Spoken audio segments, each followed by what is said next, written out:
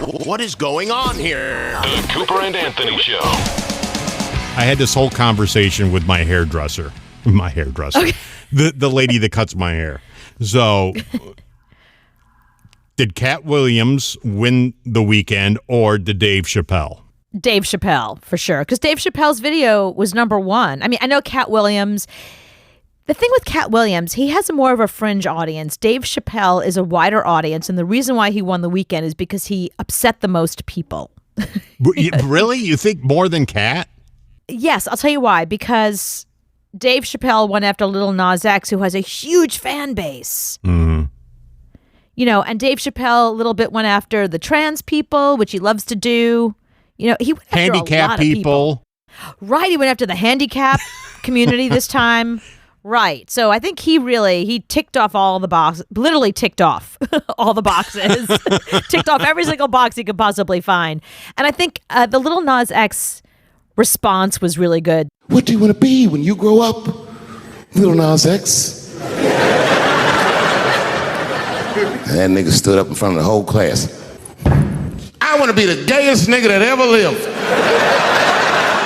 I want to do a music video and slide down a stripper pole all the way to the depths of hell and suck the devil's dick at 10 o'clock on BET while all the kids are awake and can see me.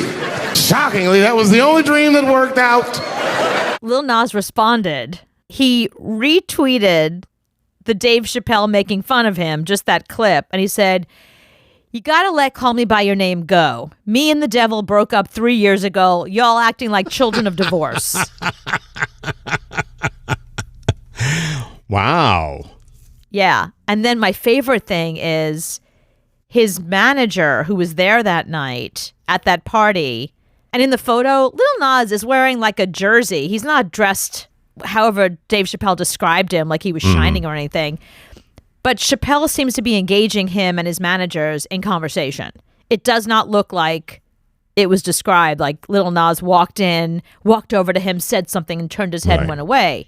Unless these are two different parties. But this photo that surfaced seems to make it seem like they had a great relationship and they talked all the time and it was no big deal. So how much of it was Dave Chappelle just playing a role and how much of it was something that legit happened? I think that something happened, but it wasn't the way you and I do it. Like you and I tell stories and we embellish a little bit, right? Right.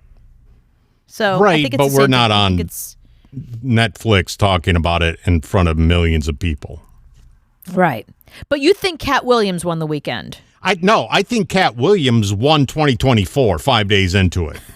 I think 5 days into the new year, Cat Williams has won the whole year by coming out and ripping everybody Kevin in show Hart. business. Well, Kevin Hart specifically. He really went after Kevin Hart. He went after everybody, and it was take no prisoners. And he went after a radio guy, which I love even more. He went after Ricky Smiley, which, you know, you don't go after somebody who has a radio show because they can open the mic the next day and talk about it. Don't go after somebody that has a microphone all the time, every morning. Yeah, I mean, Ice Cube came on and talked about what Cat said, and so everybody is responding, but Cat just walked over the edge and went, you know what, screw everybody, here's all the secrets about Hollywood, take it or leave it, and I think he did a great job. Are you related to Luda?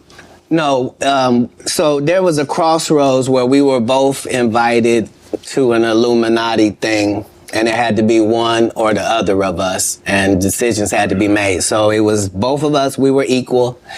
One of us had to cut off all their hair and couldn't do the sideburn thing no more with the points.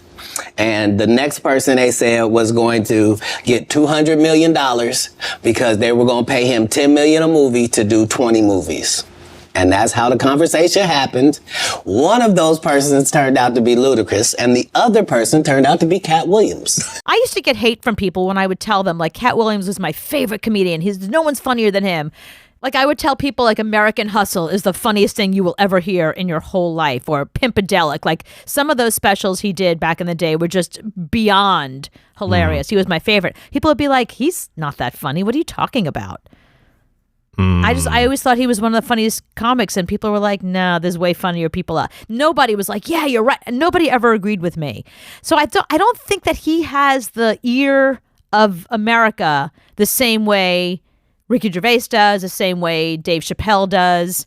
And, the proof is the fact that, the Golden Globes have a brand new category for stand-up. They didn't include Cat Williams, and they included everybody. I mean, some stand-up specials that were terrible were included in that. Well, then they have no taste. I don't think anybody's going to be able to beat him in 2024. Hands down. He's been one of my favorites for years, and I'm glad people are finally coming around.